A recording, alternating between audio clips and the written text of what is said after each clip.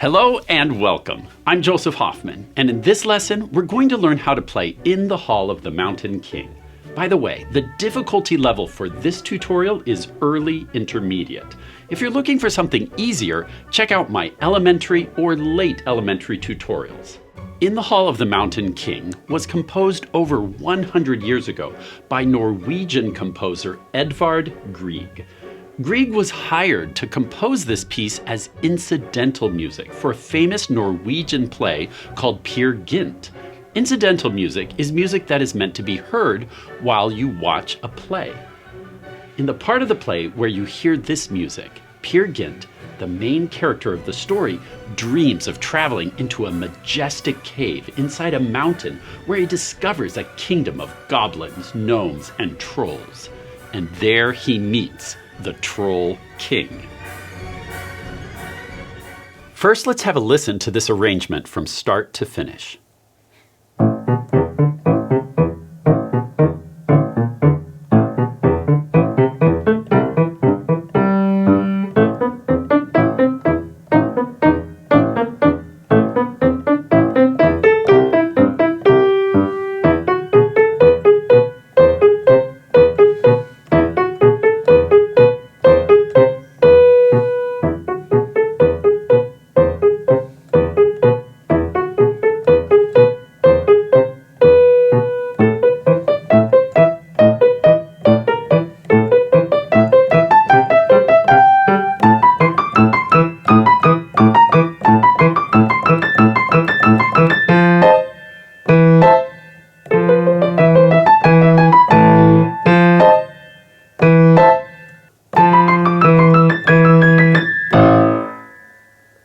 To make it easier to learn, I encourage you to download and print the sheet music from the Hoffman Academy website.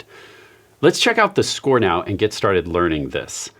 You'll notice both hands are marked in the bass clef. So both hands will be down low on your piano. And let's find the first note for the right hand. You'll notice we are just a step above this ground G line. The bottom line of bass staff is ground G. We're a step above that. So if here's my middle C, the right hand's going to start on this low A. The left hand is 3 ledger lines below the ground G, bottom line of bass staff. So remember, every ledger line is a skip. So if here's ground G, we have 1, 2, 3 ledger lines down. So left hand also starts on an A. Notice how the left hand's just doing this ostinato. And ostinato is a repeating pattern in music. We're just going back and forth. A, E, A, E. Can you find where that pattern breaks? Point to it in your music. If you're pointing here in measure 4, you're correct. In measure 4, the left hand has to shift up here to low C and G.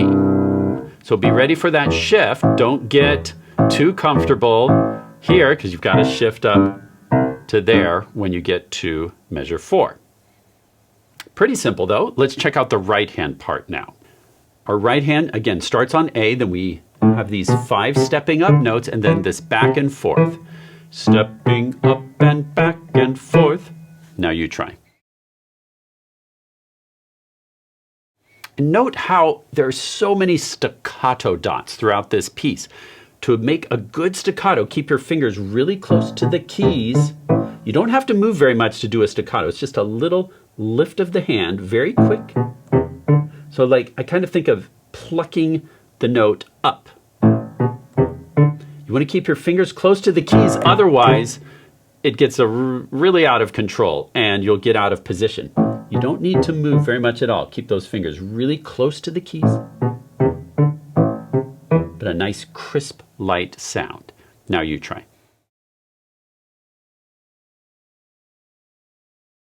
Now in measure 2, our finger 4 has to come to this D sharp, and we go back and forth between D sharp and B, back and forth like that, but with fingers 4 and 2. Now you try. And then you'll notice the pattern repeats, but we shift down a half step. So this black key becomes a white key, this white key becomes a black key, and now we have these two notes, but again with 4 and 2. So with your finger 4 and 2, you try. Now let's put those two together. 4 and 2 come back to this D sharp and B. Bum, bum, bum, bum, bum, bum. Now you try. Now let's put that together with measure 1.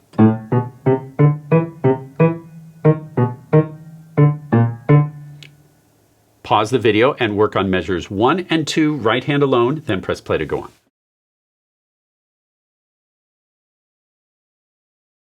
Now let's look at measure 3. We have these 5 notes stepping up, and then finger 1 is going to shift to C. Finger 2 comes up here to the E, and we play basically this A minor first inversion triad, but in broken form. Now you try.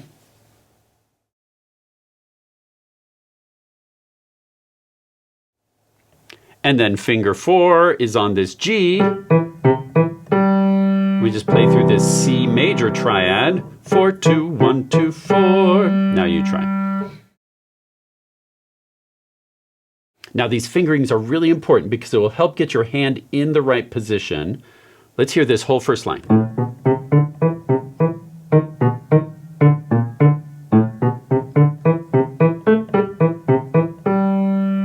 Now pause the video and work on line 1 on your own, then press play to go on. If we check out the tempo indication, you'll see it's marked misterioso. Now, in Italian, if you see a word, you don't know what it means, very often there's an English word that's really close. So what does misterioso sound like? Well, it sounds like mysteriously, and that's exactly what this means in Italian. So we're going to play this very mysteriously. Pianissimo, very quietly. Then let's look ahead to measure 5. What do you notice about the right hand? Notice we got a little warning at the end of measure 4. This treble clef is warning that our right hand's about to shift up into treble clef area. And so now we are on this A, just one ledger line below middle C.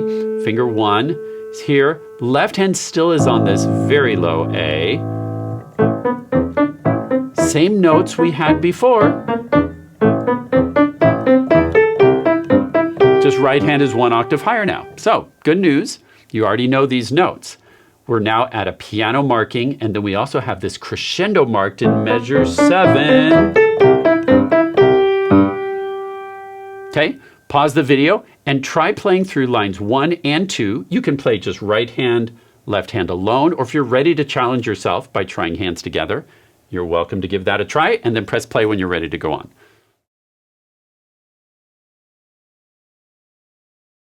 Now let's look at measure 9. What note does the right hand start here in measure 9? If you said E, you're correct. Now we're entering the B section of this piece. So the notes are going to be a little different now. We still have 5 notes stepping up, but now we have E, F sharp, G sharp, A, B. That may look familiar to you as the E major pentascale. Stepping up. And then don't forget the G is still sharp. A sharp lives the full measure, so that G, when we come back to there, it's still sharp. Now you try. Good. Now in measure 10, our finger 5 is going to scooch up to this C, but finger 3 should stay on that G sharp. Then finger 5 comes back to the B. So back and forth, back and forth. Now you try. Good, then measures 11 and 12 are the same. Or almost the same here. We land on that B and hold. Okay, now let's check out the left hand part. What do you notice? What note does the left hand start on? If you said E, you're correct. It's just one ledger line below this ground G line. So we have an E and we have this ostinato again. Although here in measure 10, what happens? Finger 1 comes up to C and then back to the B. So E, B, E, B, E, C, E, B. With the right hand, we get.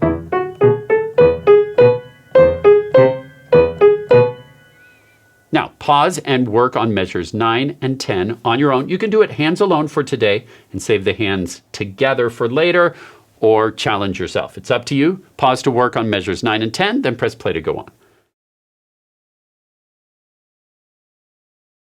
And then 11 and 12 are almost the same. But here we just hold that B in the right hand. Okay, and then what do you notice about the next line? The notes are the same. Yay, that makes it easy. It's just pianissimo this time.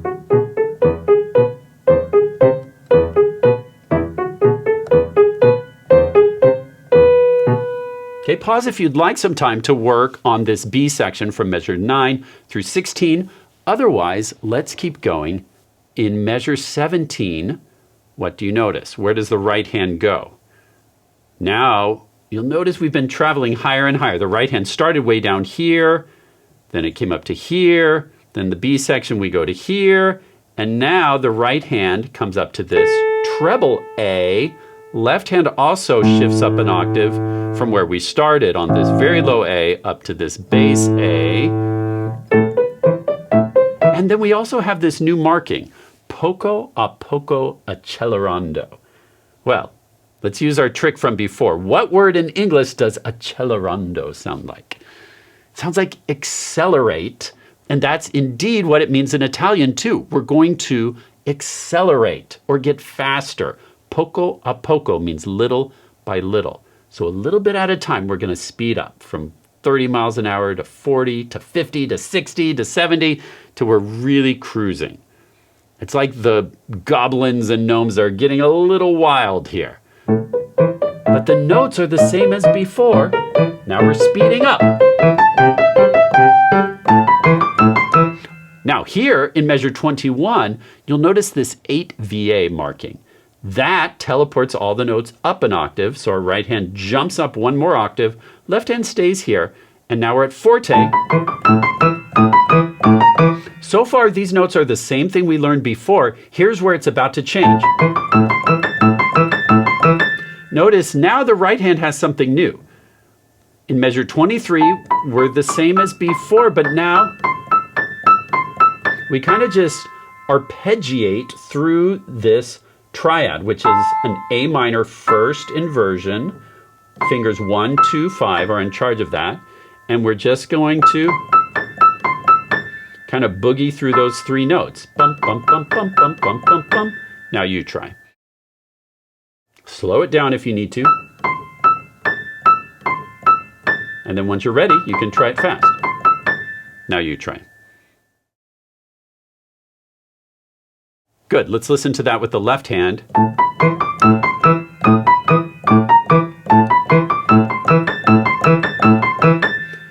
Now, I don't recommend that you worry about the accelerando the first day you learn this. If you try to play it fast too soon, it's going to be messy and sloppy, and you're going to learn a lot of wrong notes. Learn it slowly first, and then in a few days, you'll be ready to start speeding it up. Trust me, that will be the fastest way to get it fast. Slow is fast when it comes to how fast you learn something. Now, let's look at these last two lines. It's marked presto. Presto means very fast. It's one tempo indication away from the fastest possible, which is prestissimo. Presto still is very fast. Our left hand finger 2 is going to cross over to this F. And I recommend that you keep your finger 1 on this E because you're going to come back to this E in just a moment. So you're just going to cross over temporarily. And then the right hand plays this C, D sharp, A, which is this really intense sounding chord. And notice both have an accent marked and we're marked fortissimo. So the trolls and goblins are really stomping around. 1 and 2 and 1 and 2 and. Don't forget to count these rhythms. These rests are really important. So you have to think 1 and 2 and 1 and 2 and. Pause the video and work on those two measures until you feel confident with that, and then press play to go on. Good. Then in measure 27, the right hand gets this pattern. We've seen this before. Now here's something new In measure 28, finger 3 is going to come to this G sharp. Don't forget, G is still sharped right here. Accent. Let's practice just that measure. Your turn. Now putting it together.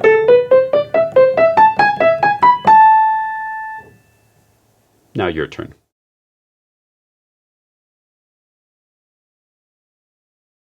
Pause if you need more time with that. Once again, finger 2 is going to cross over your finger 1 here.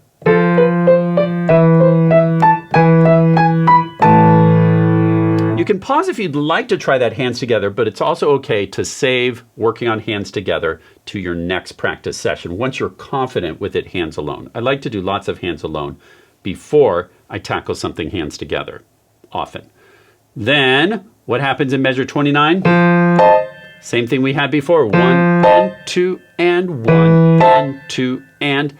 Then the right hand is going to play the same thing we just played, one line above, but 8 VA now. Finger 2 crosses over again.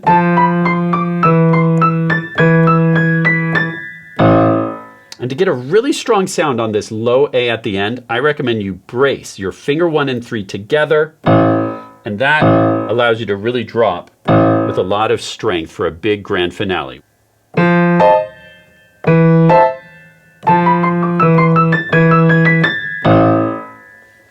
Now, it's your turn to practice at home. Like I said, start slow. Start hands alone. As you get confident, you can start doing hands together. Use a metronome. Start at a slow speed. And as you get confident, you can gradually speed this up. And then also for the accelerando, have lots of fun. Don't forget to play it staccato. There's only a few places that aren't staccato, like here in your left hand in measures 27 and 28. The right hand's staccato, but the left hand is legato here. The thing that's going to make this piece really exciting is all the dynamics. Make sure you start super soft, because the softer you start, the more exciting your louds will be. If you play the whole thing loud, that's no fun. Your louds will sound louder the softer your softs are. Start super soft, very creepy, and then build up. Then it gets soft again, then it gets loud again. Let this be full of surprises, full of mischief. Try to imagine all the goblins and trolls dancing around as you play. Have lots of fun bringing to life this exciting piece. Great job learning how to play In the Hall of the Mountain King. Thanks for watching and happy practicing. Croak, croak, croak, croak, croak, croak, croak. Roar, roar, roar. Tweet, tweet, tweet. Croak, croak, croak, croak, croak, croak, croak. Quack, squawk. Bite, bite. Moo.